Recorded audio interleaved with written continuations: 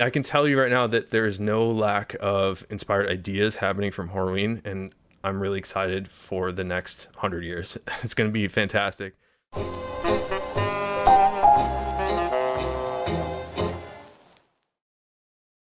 Hey everybody, this is Phil from Ashland Leather. I normally do these drinkin leather episodes on YouTube Live, but today I'm going to try something a little different. We have had great attendance over there. I'm going to keep doing them live because the whole reason for doing the show in the first place was to have some cool interaction with everybody. So please don't fear, we will be back doing some things live. It's been a little bit of time since I've done a video last, so I just wanted to get something for you because I've just been slacking here in the summer. Just been really busy, but it's been really great. So if you haven't been here before, first time checking this out, drinkin leather is all an excuse for me to drink a beer and talk about my favorite subjects, in this case, leather. So today I have a Pony Pilsner from Half Acre, and you can see this one's actually, usually I wait to open them, but I did a take quickly before this and it exploded on me, so it's already about a third gone and I got it all over. Maybe I'll insert a fun slow-mo outtake of that. But this is a really cool beer. I love Half Acre, and I've had the Pony before. I usually try to have beers that I've never had before or beers that people suggest. But this was cool because I saw they have, normally the Pony comes in 4-packs of pints, and now they're starting to do 6-packs of 12 ounces, which is nice for me because I'm getting a little old and I can't drink as much as I used to, so it's nicer to have a stronger beer in less volume. So this is a beer I love. It's really refreshing. It's hot here everywhere in the world right now, it seems, so it's a really good summer beer. It's just super crisp and refreshing. So that's the first thing up. Second up, we've got these. I did some research on my Converse that are here earlier today.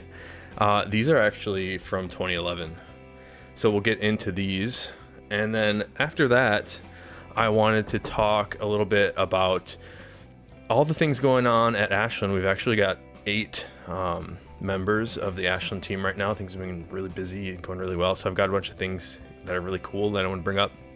But for this beer, I have a funny story about Half Acre. About 10 years ago, I was renting a house in Chicago with 2 other friends, and the people that were currently occupying it happened to be these guys when they were first starting up Half Acre. So there was a guy named Gabriel and Maurizio were living in this house, and we were renting it, and the landlord lived in another state, so these guys were nice enough to show us the place. But it's just such a small world that these guys just started making their own beer, and now they're distributing and doing really well too. So they're a really cool local story, and if you haven't, when you do come to Chicago, they have a couple locations and they're both really awesome to go to. The one on Lincoln Avenue has really interesting choice of food. They have just crazy burritos, like chicken noodle soup burrito. That's sounds weird, but it's actually great, so suggest going there. And again, I love this beer for summertime drinking. It's just crisp and refreshing, but most of the Half Acre stuff, to me, at least the older stuff, seem to have sort of one note. It's like a pretty powerful, sort of distinct Half Acre flavor, and I think that's the choice of hops they were using. The newer stuff they've been having has a different blend of flavors, so they're doing more interesting brews than before. They used to sort of just have Daisy Cutter and this Pony, but they've got a bunch of new stuff coming out that I've tried that's really good. So this is great. Enough of that. Up next. So I was looking just before I just got off work, and just before setting up the camera here, I was looking at when I got these, and I actually couldn't find how old they were. I actually haven't worn them that much, so they look newer than they seem, or than they are. But apparently I got these in 2011, so these are now 8 years old. These are Converse Dr. J something or others. I'm not sure what they call them. Made in Vietnam, which is not the greatest, and you kind of get what you pay for. They're not. I don't remember how much I paid, but they're going on eBay right now for $150 to $200. So they're not terribly expensive. They're really cool looking. I really like this backstay, the X's, and then I like how they have the contrasting black here. There's a black version of these that have the inverse, so it's black here and the burgundy. This is actually color 8 Chrome Excel. They have that here instead. And I can't find the original box these were in, but I know they came with lace choices, and they came with black laces, leather laces, that I think probably look more cool than this. But I put these on for some reason. These are not the most comfortable. They're not uncomfortable, but maybe it's the laces, but they're really snug in there. So like every time you go to relace your shoes, it's really hard to pull them through these holes. So I just find them a pain in the butt to put on, and it makes me not want to wear them. That's probably why most shoes I have, or boots I have, or high tops, anything above my ankle has speed hooks, and these don't, and that's probably why I don't wear these very much. But I did wear them last week. It was pretty hot. Instead of wearing some boots, I chose to wear these, and people actually commented on them. So I think they're cool looking, and they're unique, and they're kind of a throwback, obviously. I haven't washed these or done anything. I just brushed them really quick. So even after, I haven't worn them a ton, but even after several years, they are holding up pretty nicely. Yeah, you can see I haven't really worn a whole lot, a little bit. And these have a really gross stain that I should wash off on the side there. But they're kind of cool. I think they were onto something with this, and I wish they would bring it back, because I think this is a cool thing that Converse should do it again. And maybe I'll try to stoke that fire, because I think this would be awesome in Dublin. I know that these sneaker varieties are pretty hip right now, and a couple other brands. I've seen some Fry stuff that's really neat, and they do it in English Tan Dublin. That's really awesome. So anyways, I think they should bring that back. I love those. I should wear them more. They don't seem to be much more than a summer shoe to me. So that's probably why I brought them out. But I like those a lot. Let's go on to everything Ashland. I was just mentioning that we have now 8 full-time members at Ashland. It's been the amount of support that maybe you or many others have given us has been really incredible. So I can't thank everybody enough for that. And even if you're watching this, it's just so kind that you will pay attention to things that are a little bit different and things that are made by people who really care. So, for example, what's going on right now, I was just inspired before to make this video actually. As I left Horween today, Skip showed me some new stonewash, I don't even know what he wants to call it, of this version of cordovan that was sort of stonewash looking and had this really wet look, and it was sort of textured and creased in an interesting way, and it was marble. It just had all this amazing stuff going on. And then I'm working with another finisher named Ray, who probably will watch this. It was also making really inspired new concepts. So I think the inspiration that's happening at Horween is still alive, even after 100 plus years. It's totally incredible to me that we still have, or people still have, these opportunities to come up with new ideas. And I can't wait for everybody to see all this stuff. It's sort of a sad thing with the leather world, where the development process for these takes such a long time, that from the initial inception of an idea to actually being in a shoe or in a wallet could be multiple years. So it's kind of frustrating for me, because I want to show you everything right now, but I don't want to show you something that won't ever happen. But I can tell you right now that there is no lack of inspired ideas happening from Horween, and I'm really excited for the next 100 years. It's going to be fantastic. And at Ashland, I still, every time I think of the number 8, which is the 8 team members we have at Ashland, it still blows my mind, because I think about the time I was sitting on that couch in my living room in 2010, 2011, just learning how to hand sew leather. I bought a hand sewing kit, and just started making stuff for myself. I would make little wallets. One of the first things I did was a wallet that looked like an envelope. It was kind of small, like a, I don't know, like a note card envelope that fit cash and cards. And I thought that was really cool. And I made a couple of those for friends. And just crazy to think that the Fat Herbie was made on that couch by just me. And Dan was working on his own stuff by himself. And it's crazy to think that this thing we started just because we love leather and we wanted to make stuff has turned into such a real thing. And it's because of everybody's support. And I think it's because of the leather. I think it's the people are starting to appreciate the difference. Because I think it takes a special type of person to look at this and think about it. And then think about something else that they know and understand why this is different. Like, this has a nice luster and I can see the color is really deep. And I like how it doesn't crease when you fold it, and it smells incredible and it feels really smooth. I think there's all these tactile things that you have to take a moment and think about that most people don't do. And it's really cool that you and a lot of people like yourself have taken the time to look at these things and pay attention. So I've been holding this wallet. I've had this one. I'll pull up an old photo because I took a photo of this when it was new. And I've been teasing this for a little bit. It's another one of those things that's like not real yet, but it's sort of a development, something I'd like to make. This is called Raw Shell Cordovan in a Fat Herbie I've been wearing for a year. Let's see if it focuses.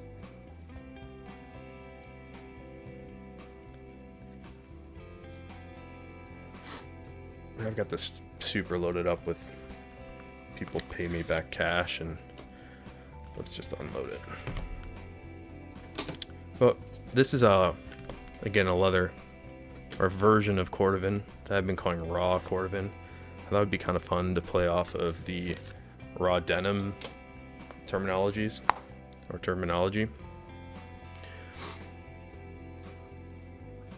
But I love how this is worn in, so hopefully I'll be able to splice in what this looked like new. It was a lot lighter. It sort of looked like this on the outside, and now this has just developed a really crazy patina. I haven't done a single thing to this. I haven't even brushed this. So the way that this is, see how it almost looks wet. Just the way that this thing is developing like layers of luster, and especially down the spine here where that color is starting to change in patina. I'm really digging it. You can see some little marks here that look like the texture of jeans. I'm not sure if you'll be able to see it, but down along the bottom here, there's sort of these linear dots in a row or a column that come from when you get a little sweaty and you're wearing denim or raw denim. That color comes off. So that actually brings me to another point. I've got back here somewhere. I've got some Renomat, and I bought a couple cases of Renomat. I'm experimenting with the absolute best way to apply it and get some good results. And then we'll be selling it on the Ashland store. But from a few customers, I've received some feedback on the Renomat from that seems like an incredible product. What that product does is it removes any of these stains, like that denim stain. It will remove that without affecting the character or quality of any of the other parts of the leather. So it won't remove the shine. It won't remove any of the patina. It just takes away that, somehow it magically takes away the unwanted stuff, like a magic eraser. So I'm going to be trying that on this and a couple other wallets. And we'll make a video. This side has, I guess they both have a little of the denim, so I must have been swapping the sides in my pants. But I'm excited to show that to you because I think the implications of a cleaner that removes every stain without affecting the awesomeness of the leather is a really incredible thing. So that will be coming soon. I've got a really cool thing here. So I've always wanted to do, my buddy Noah has done a lot of graphic design work. He did a lot of the website that is now ashlandleather.com. And I really wanted him to make me like a exploded blueprint of one of the wallets and showing sort of like a foundation of your house, like how it would look with the measurements and all that. I wanted to make like a poster of that. And he thought it might be more interesting because he was working with a lady in California that's an incredible painter. And he showed me some work that she had done, and I had thought about this postcard. I have no idea when this is from, but this is this is like the south side of Chicago down on the lakefront. This is the Edgewater Beach Hotel. And I don't know how old it is, but this postcard says place 1 cent stamp here. So it's probably pretty old. So I really like this old timey postcard aesthetic. And then we hired her to make this piece of art in that style. Let me grab it. All right, so this is the painting, and I don't know if I'll be able to get this on here. It's kind of sad that I haven't framed it yet. I don't know what I want to. I was thinking about sort of trimming it out with cordovan, but then realized like how long this is. That would be impossible. But this is incredible. I've never had an actual painting of anything, so it's really cool to see like texture and brush strokes, that everything she's done. It must have taken so long and so much effort to do this. Like, look at the reflection on the street. Like, and I don't know if you obviously can't tell the detail in this video, but it's really, really awesome. I just love everything about this. I love the style. I like that it's got a Horween stamp on the wallet. It's sort of got it all. So I'm gonna frame this and probably put it up in this room or maybe at the Ashland workshop. But I've also made some prints. So this is we hired a guy to light it and take some photos. Oh my god. So if this will focus, you can kind of see how awesome this print turned out too. It's got a bit of a gloss, so I'm gonna try this one out too. I actually kind of like both of them for different reasons. Like, the color seems more vibrant with the gloss over the top, but I like seeing the texture of the real one. But this is super cool too. So we'll be putting these on the site. I don't want to make really any money on it, so I think they're gonna be around like 30 bucks. But we'll be selling those and giving them out as surprises in certain people's orders. I just think it'd be a fun thing to do. So that's going on. What else have I got going on here? I've got one more little teaser for something that's going to be coming up soon. I'm going to be doing a featured item and flash sale for this wallet. I'm keeping it in the plastic bag here. But this is a Johnny the Fox in natural shell cordovan, which is insane. And let's compare that to this is the raw shell, so you can kind of get a sense of the way that this has changed over time. It's sort of gotten more golden and darker, and you can see that it's like the luster has developed into like layers, which I think is really cool. But the surprise about this one is the inside is color 8 shell, and it's looks like it's a little bit bloomed right now, so I should probably brush this one off. But I just love the way that the contrast with the natural and color 8 inside is just super cool. I really like this.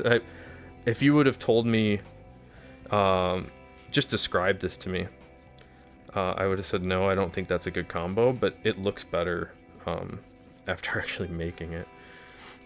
Let me get this. Probably should have brushed this down before, because that bloom does not look great on camera. I know it's not a live show, but I'm not going to cut that out. So this is super cool. We're going to be doing a couple of these on a featured item, and let's see, got a couple. Yeah, I got a nice full ink stamp in there. Really cool stuff, and I'm excited for you guys if you want to pick one up. That'd be really cool. So I don't really have much more I want to talk about. I just want to get on here and talk to you guys. If you have questions, please leave some comments, and I'll answer in another video. It'd be much more it's easier for me to sort of do this informally and do it in about 15-20 minutes and just show up and answer some questions on video, as opposed to me doing it live. I was feeling like I had to make a lecture and like a presentation. So I think I want to try to do a little bit more casual stuff, just like this video. I've got a buddy who's inspired me, Chris. He has a YouTube channel called The Guitar Pit, or I think it's just Guitar Pit, and he does a really cool series called Let's Buy a Guitar, where he goes on the internet and just scrolls through guitars, and he buys a guitar live and describes what he's thinking about when he sees stuff. I think it'd be really cool to do that with him, looking at different sites like eBay, or we can go on whatever retailer and just go down the list and take a look at stuff and sort of nitpick it and talk about pricing and talk about what's a good value. Maybe there's a really interesting discount on eBay or whatever. That'd be a really cool thing to do, and I'm gonna do that live probably in the next couple weeks. I need to talk to Chris. What else do I want to do? Oh, I think it'd be really fun to make a series of videos where it's what's the best leather shoe or boot to buy, $150 or less, $150 to $250, $250 to $350. I want to try to give you guys some ammo and some insight to what I think is cool for boots and shoes at certain price points, because I found those $65 shell cordovan long wings from Florsheim that seem to be the market price of about 75 bucks. I find them to be fantastic. And if I had to buy a shoe under 150 bucks, it would be that, and I'd buy 2 of them because it seems like such a nice shoe. So I'm not sure why people don't love that one. But I think that'd be a fun series to do. So if you have ideas like that you would like me to talk about, I would love to do that. One of the big comments I've had is people want to know what's the best thing. And to me, there is no best. It's what do you like the most? What do you think's the best? And if you think it's the best, it is the best. So what I can do on my end is explain to you what you might consider that maybe you're not considering about that particular leather, that particular shoemaker. Maybe there's something in there that you're unaware of. So if you want to bring me those questions, if you're considering a couple different pairs of boots, shoes, whatever, wallets, I would love to help you guys out. So please stay tuned for that. And thanks for checking this out. I did not finish my beer, which is kind of a rare thing. Usually I drink a couple of these. But let's do this again, and I'll have another beer. We'll have some other leather stuff. Have a good time. So thanks again. Take care. Bye.